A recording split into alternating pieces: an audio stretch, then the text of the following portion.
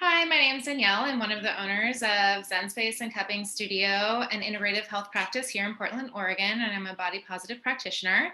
This is my friend Emily.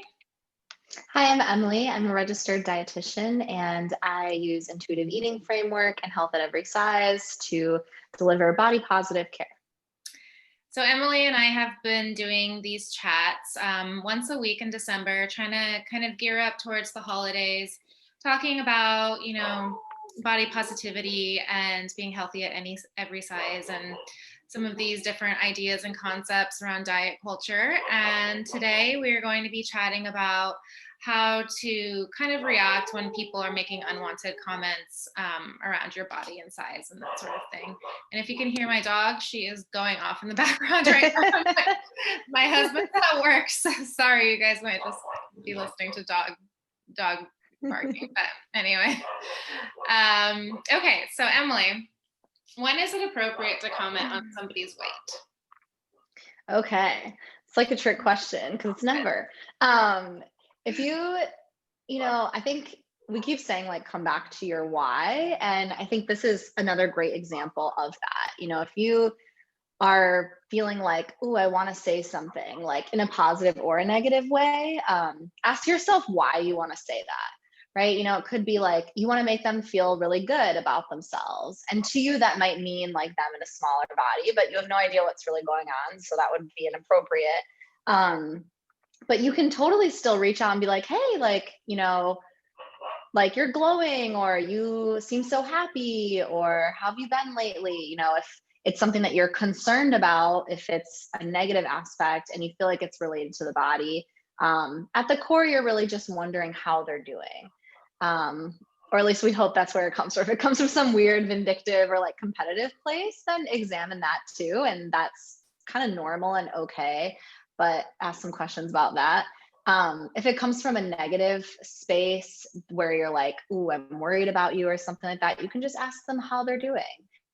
There's a lot of different ways that you can inquire about someone's well-being rather than the body. So usually it's very much with well intentions that people ask those questions or make those comments, but just shifting away from the body and focus on something else, because that's really what you want to know at the end of the day. Yeah, exactly. I mean, I would agree with you. I don't think it's ever really appropriate to be commenting on somebody's body, but I think it's something that we all do all of the time, even without like really thinking about it. I mean, you and I have been having these chats, and yes, last week we were even talking about maybe just don't comment on somebody's weight. And then I saw a friend of mine who had just had a baby 6 months ago. And the first thing I thought was like, oh, look at you losing that baby weight. And I stopped myself from saying it because that doesn't matter at all. And why would that even come into my head? But but to make somebody feel, either good or bad about their body. And that's what I'm trying to shift my focus from. So I do think it's something that people do all of the time, but without even noticing. I'm gonna stop the recording for a second and go because she's going crazy. I'm so sorry. All right, we are back. Dog is sitting next to me and not barking as much, so that stays that way. Okay, so moving on. How do you reply to somebody when they do make those unwanted comments about your body? How do you handle that? Yeah, so I think for most people, it depends on like your relationship with that person. If it's someone that you really value their opinion, and it's someone that you see often too, especially so like this whole like kind of triggering experience of them talking about your body in a negative or a positive way to them. I think a couple lines you can use is, oh, I'm not worried about that. Or, oh, I'm not really trying to focus on my body right now. Or, oh, that's, just not a concern. So just kind of establishing that that's not something that you're worried about, and, they don't have to be either. So that's kind of one thing to kind of stop it in its tracks. And for some people, I've definitely had patients in the past who have said, oh, like in the moment, I can't do that. And it's really hard for me to like stand up and say something at the time, especially if it's something that you struggle with a lot. It can be a sensitive topic. So I really encourage them to like have a conversation later with that person. And if they're comfortable addressing the issue directly, then they can say, hey, like, the other day when we were talking about this and this, I'm working on a lot in my life about body image, and I'm trying to stray away from, so much focus on that. So I would appreciate you helping me do that by X, Y, and Z, not commenting, or, even shifting to a positive thing. And for some people who they're like, I don't want to have that confrontation because, they don't want to make someone feel like they hurt them, or they don't want to make someone feel worried about like talking to them about this stuff. You can kind of open the conversation yourself and be like, hey, this is something that I'm working on. Like, isn't this so interesting? And, I'm just looking for support on this. And what do you think about it? And kind of opening up that conversation with other people, because the only way that this kind of message gets spread is just by talking about it with others. Same way how diet culture was spread, which is like talking about it constantly. And also an opportunity, especially, now we're doing like more virtual work things, but I know you guys are out there on the Slack talking about your diets. So a lot of the times I just say like remove yourself from the situation. If you're not feeling like carrying the load of like dismantling diet culture that day, you just remove yourself from the situation, get up, walk out of the room, whatever. Yeah. Yeah. You made that comment about kind of framing it of like, that's not something I'm worried about right now, or that's something I'm working on. I'd really appreciate it if you wouldn't bring that up or something. And those kinds of answers are really easy to think of until you get into that conversation, and maybe the conversation is triggering to you, like perfect example. I went in a year ago and saw my grandmother, who's 93, and I was upstairs and I could hear her talking to my mom downstairs, and she said, wow, Danielle's really put on a lot of weight. And my mom was like, yeah, she has. And I could hear them. And so I made a comment from upstairs saying, hey, it's not nice to talk about people behind their backs. And then my grandmother said, well, it's not nice to eavesdrop on other people's conversations. It's just like kind of a but she obviously felt bad, and like I called her out a little bit, and she didn't obviously want me to hear that. But those kinds of things are triggering to people, and if you haven't done a lot of work around it, that could really kind of spin you out. So it's always easier to come up with come up with something to say until you're like triggered, and then you might have a more emotional response. So I think that kind of what I would think is maybe also, if it is something that you're working on, and if people do make comments about your body and it is something that can be super triggering to you, then maybe doing some of that like rewiring of the brain that we were talking about last time. Like maybe talk to yourself in the car or something, and say,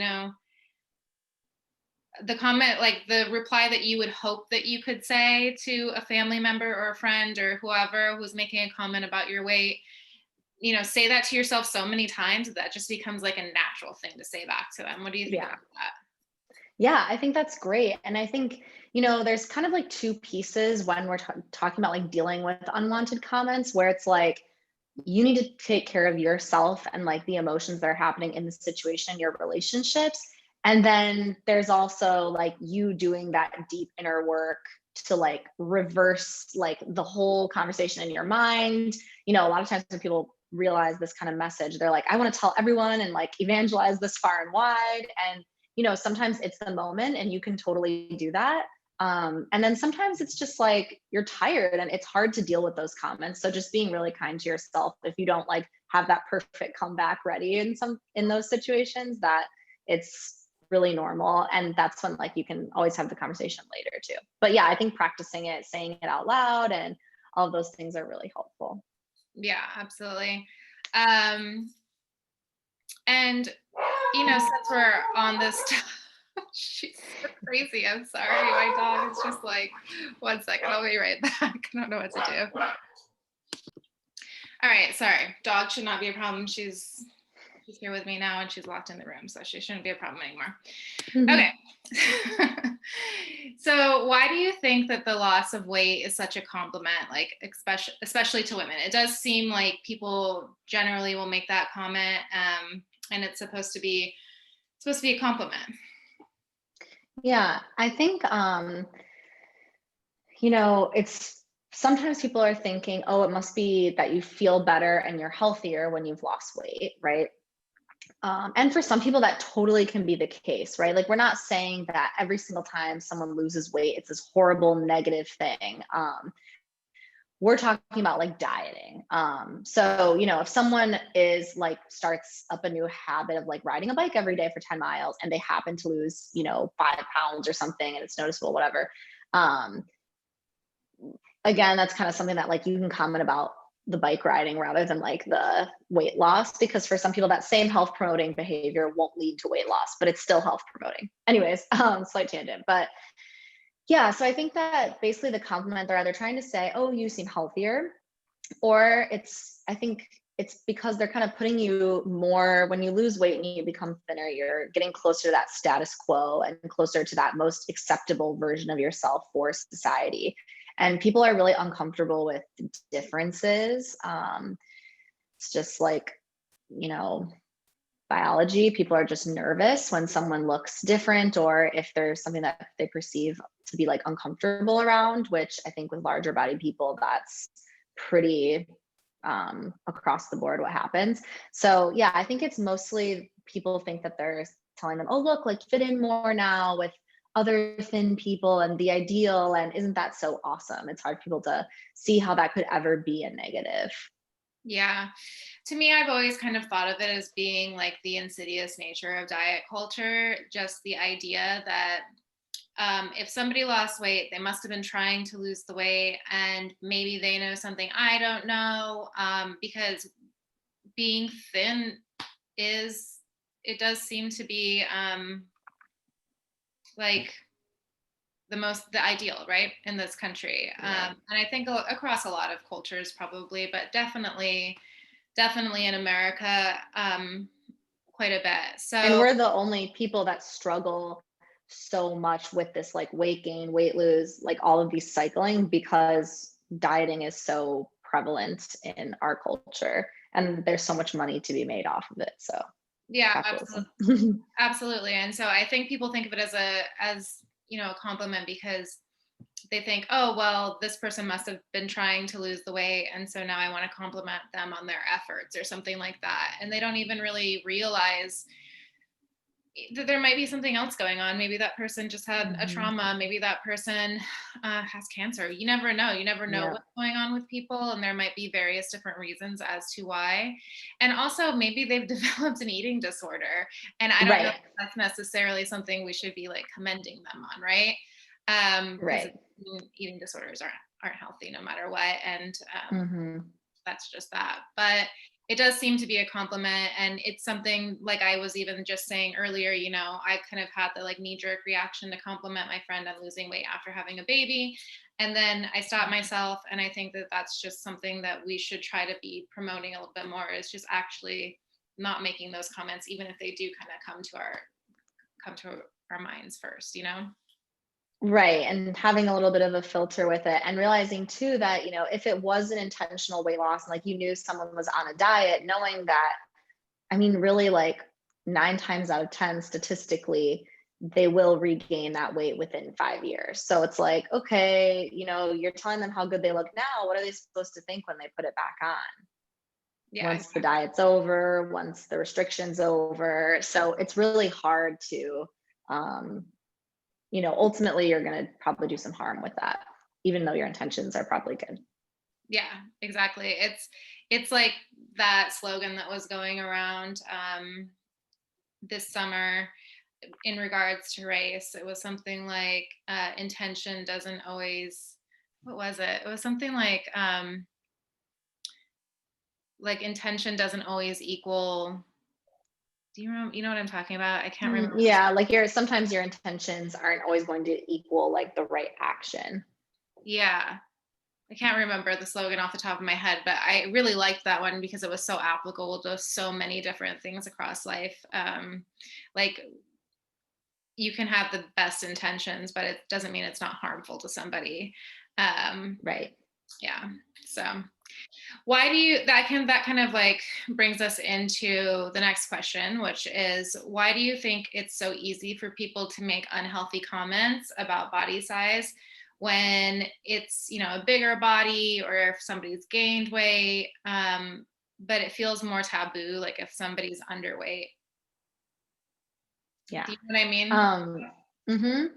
So I think that media and culture kind of give us more permission to comment on larger bodied folks.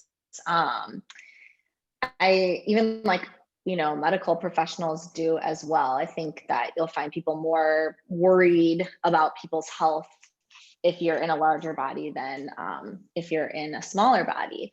Um, and I think that it's definitely just rooted in that intense fat phobia where people are like, no matter what, if you're larger, that's not a good thing.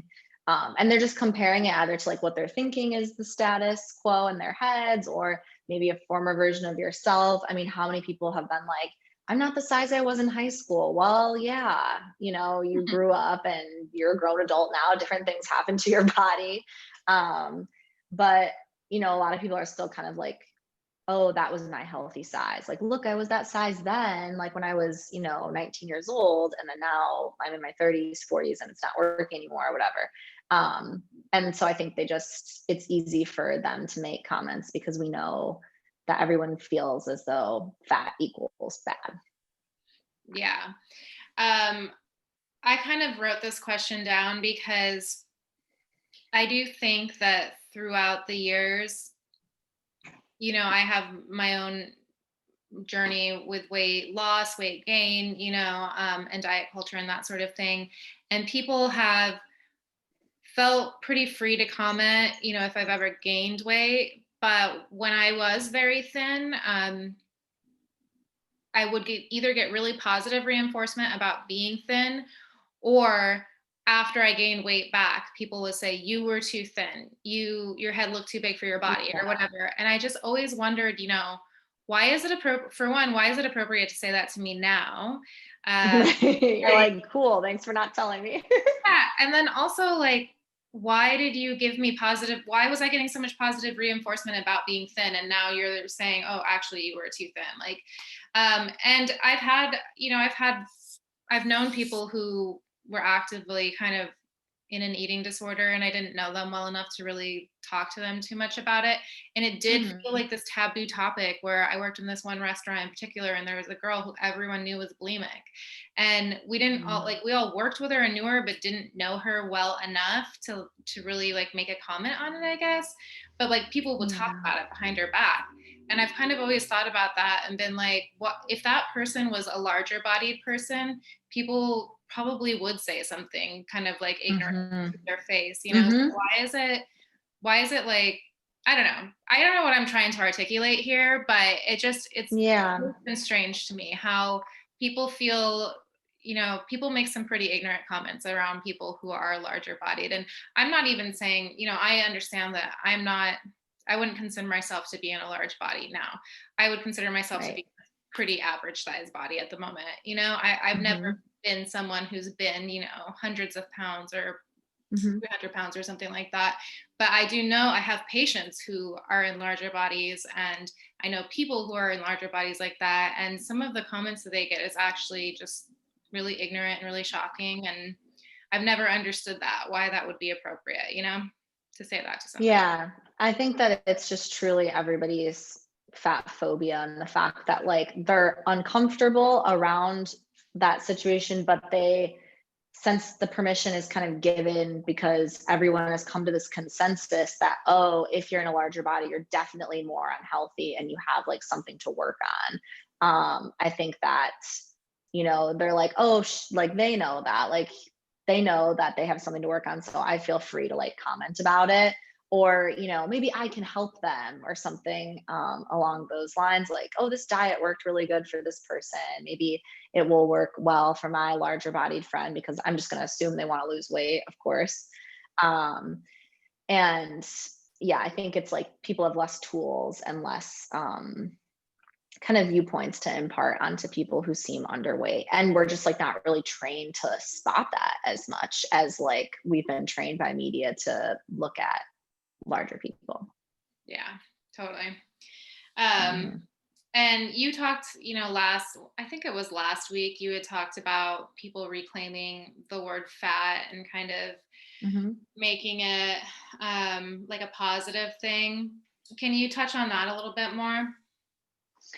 Yeah, so I think this is like one of those things where we're really looking towards like what does this person who has the lived experience really say? The body positive movement was not founded by like, you know, white girls who gained 30 pounds after high school. Like that's not what we're talking about. Not to say that there's not people that need help or have certain issues around that and that they're not perpetuating all that, but the movement was originally for Black women in larger bodies. So it's really important to kind of touch on that and realize that, you know, we're just listening to those people. Like we can talk all day about like certain things to do and the medical sides of things. But in reality, it's we're just trying to listen to that lived experience. And some people are okay with that. And some people aren't. So I typically, if we're giving talk, I'd like to refer to people as larger bodies. It kind of separates the person from the body when we say people in larger bodies. And just because I don't have that lived experience, so it's, I would never want to call someone something that they didn't identify with. So it's kind of like taking the lead of other people. Like, so if you're talking to someone who is in a larger body, and they start mentioning that or something, then that's how they're identifying. So you just always kind of want to take the other person's lead in that. And you don't know where people are at where they're with their journey either. That's just something that I've noticed a lot. The culture shifting to like being fat positive. Cause I think, body positive, it's like, it could be someone who's like, we were talking last week about like an influencer who's like, look, I have like a stomach roll or whatever. Like, okay, that's good for you. And, I'm glad you're working through all the depression you have for being 120 pounds, but that's not really like who this huge overarching movement is for. And they're certainly not, someone that would identify with the larger body community. Yeah, definitely. Thanks for clarifying. Yeah. Mm-hmm. How do you think that body size ideals have shifted through the years? And I will just, I'll kind of tell you where I was coming up with that question. So I just think about my grandmother a lot. She's 93, and she's always been health conscious. She's always been a thin woman. She was very much in that like East Coast kind of upper class environment. Her husband worked in New York City. She was a housewife and a homemaker. And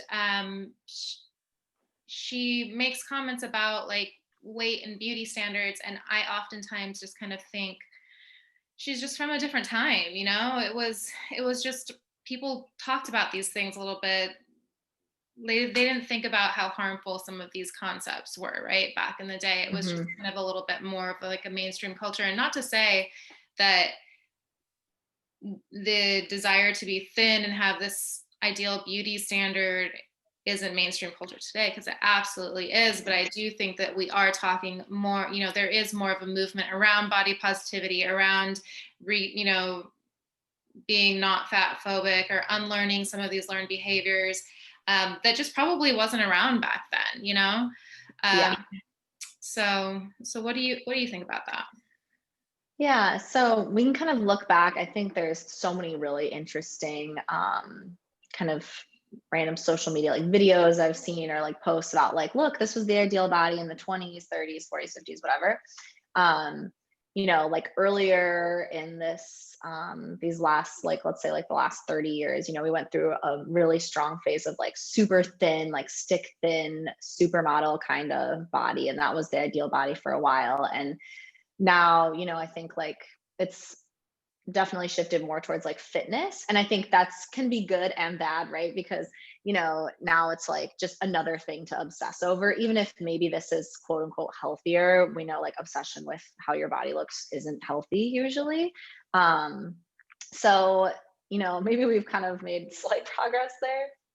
Um, but like now you see stuff like waist trainers, or like the Kardashians are basically responsible for like everything that's messed up. So basically anything that they're promoting, the teas, the waist trainers, all that stuff. But so that's kind of like that's a good example that everybody is pretty much familiar with, about people who are kind of perpetuating this like goal, like super tiny waist, like huge booty, all that stuff. And they've never had anything to do with health. Like all of these different body shapes and sizes have never had anything to do with like what's the healthiest for us. So that's really important to know, that that's never been a piece of it. You don't need to be super ripped to be really healthy. It's just not true. And some people are never going to get to that space by doing the exact same thing that somebody else did to get to that space. So just knowing that it just kind of tends to be like luck of the draw. Like it really does. Sometimes you're in a decade where your body meets the standard, and sometimes you're not, but maybe it would have been 20 years ago. So just important to keep in mind how disconnected it is from health, and how much it truly changes. Yeah. I would like to say that those waist trainers are just repackaged corsets. So I always Oh yeah.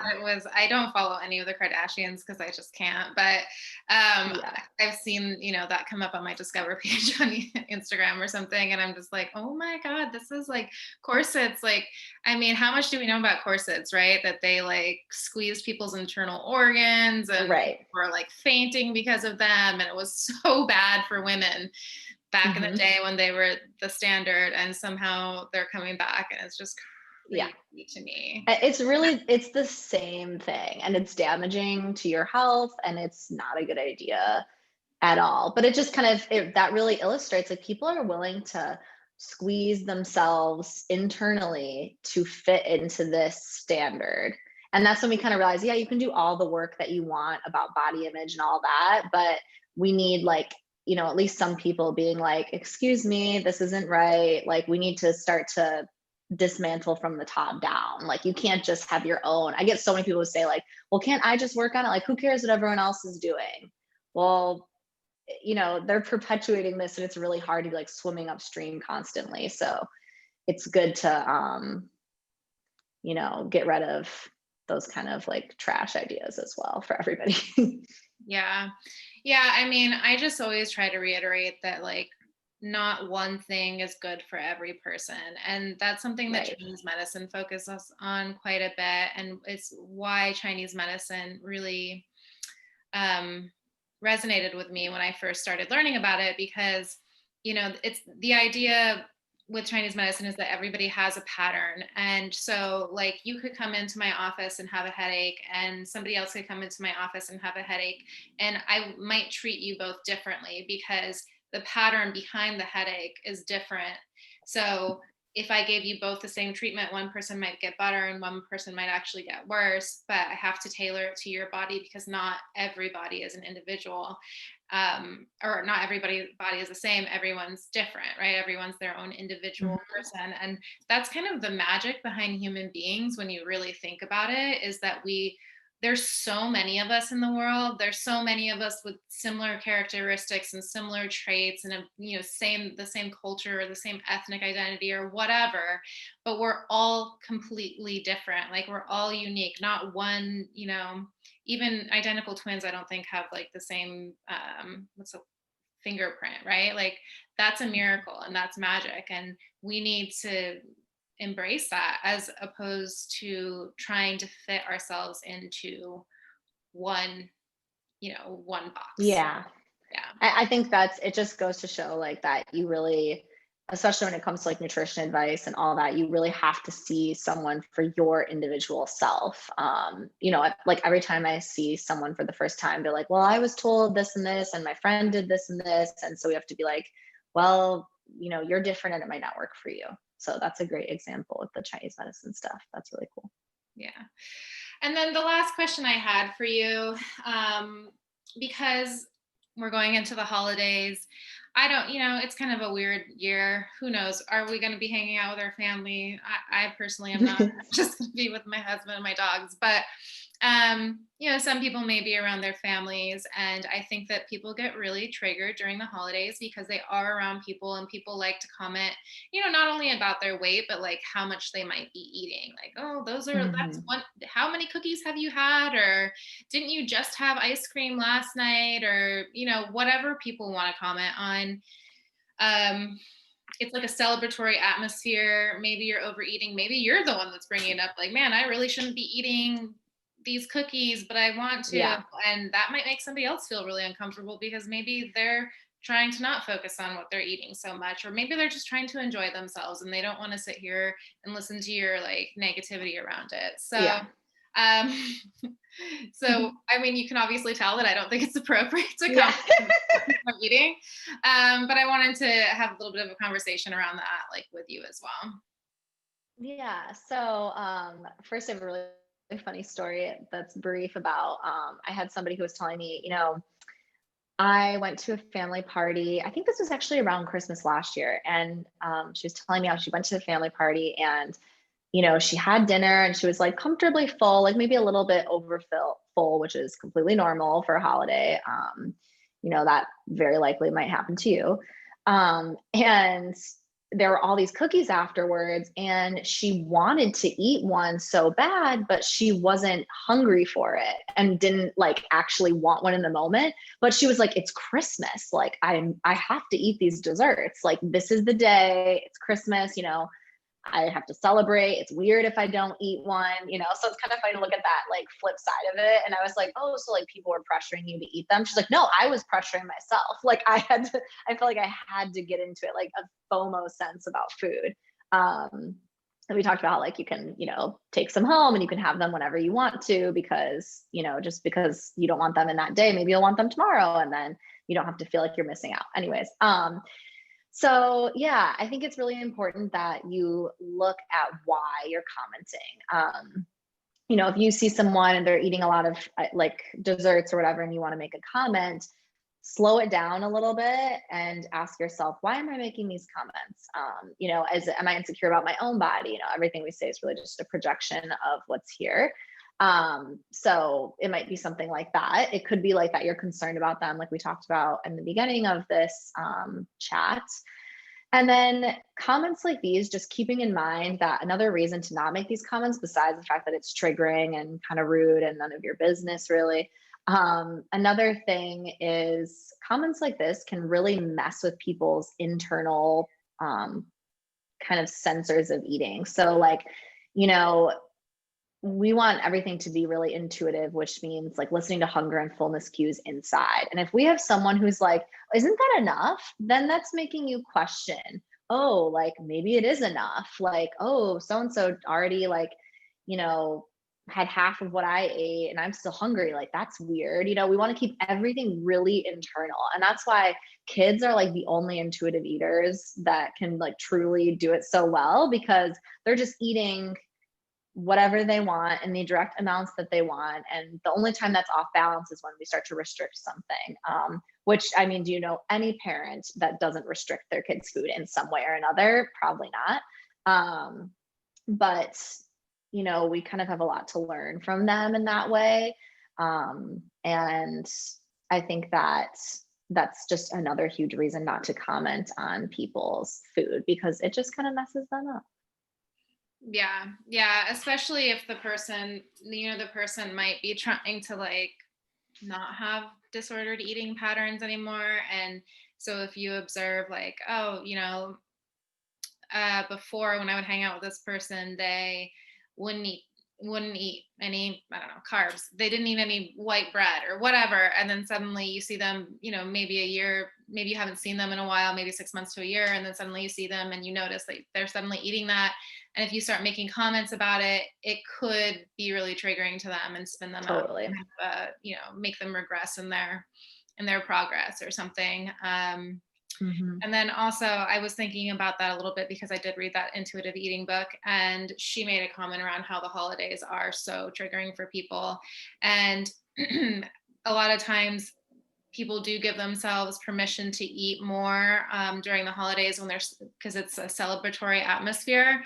But then they kind of overeat. And the idea with intuitive eating, from, you know, what I read, was that just making all food okay at any time takes away the power of that food. So Absolutely.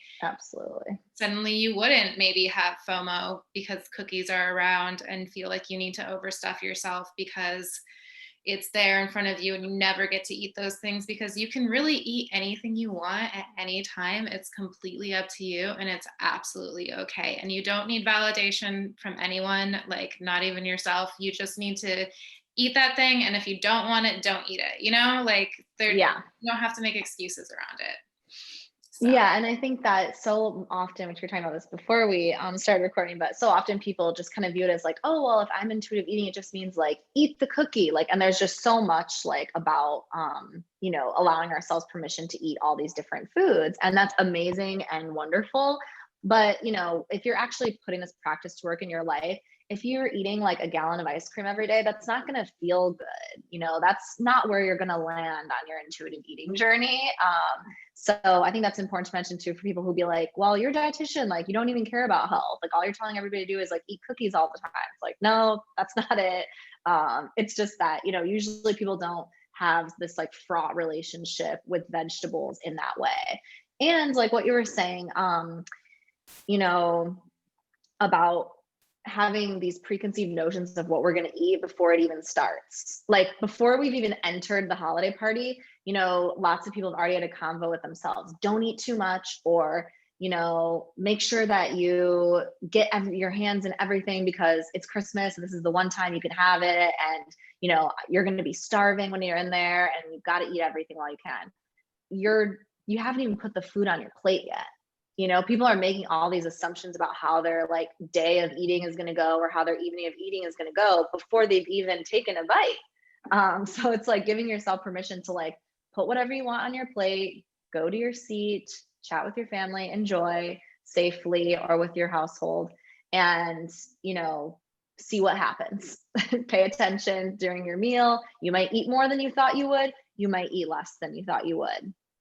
It doesn't matter. You can always, I had a client earlier and we were saying there's always Tupperware. Like you can always put food away. You don't have to clean your plate. If you do clean your plate, that's fine too. yeah. Like whatever works for you, works for you. Yeah, absolutely. I mean, that was the thing that resonated with me the most about the intuitive eating book and intuitive eating in general, was kind of the idea that you can have freedom from food, right? Like Yeah. food doesn't have to be medicine all the time. Sometimes it can just be fun. Yeah. Food also, sometimes it just is what it is. Like it's not fun. It's not medicine. It's just like, it's neutral, right? It's just food. It's just Yeah. something that you have, like we all have to eat, right? We have to eat to stay alive. If we stop eating, we die. We will die. Right. So, and sometimes, Yes. I don't know, just like the freedom from it, because, you know, when I was practicing a lot of dieting, you know, in the past, um, I would sit there and like daydream about my cheat days maybe, or, you know, it's just you're giving food so much power over your life. It's Yes. taking up so much mental space. And imagine if you just cleared that up and didn't think Yeah. about it anymore, you know, which Yeah. It's what does dieting take from you? It's not just like, you know, oh, all the stuff with food. What has it also stolen? Other parts of your life, enjoyment, you know, being at the beach, you're so uncomfortable, you don't want to wear this type of, you know, outfit, or all these different things, like your wedding. I mean, that should be a time when you're so joyous, and diet culture steals it. yeah, absolutely. Yeah. Well, I hope that we answered some questions. Emily had gotten some really great responses from some of her posts on Instagram asking what we should talk about. And so hopefully we answer some of those questions for you folks. But of course, if you have any questions, please leave us a comment. We'd be happy to comment back, or maybe we'll talk about it next week. We have one more chat coming up. And then if you guys want to meet Lopsy, there she is. There's the little Parker. So Sorry for barking so much. So, cute. all right. I will talk to you later, Emily. Okay, bye, Danielle.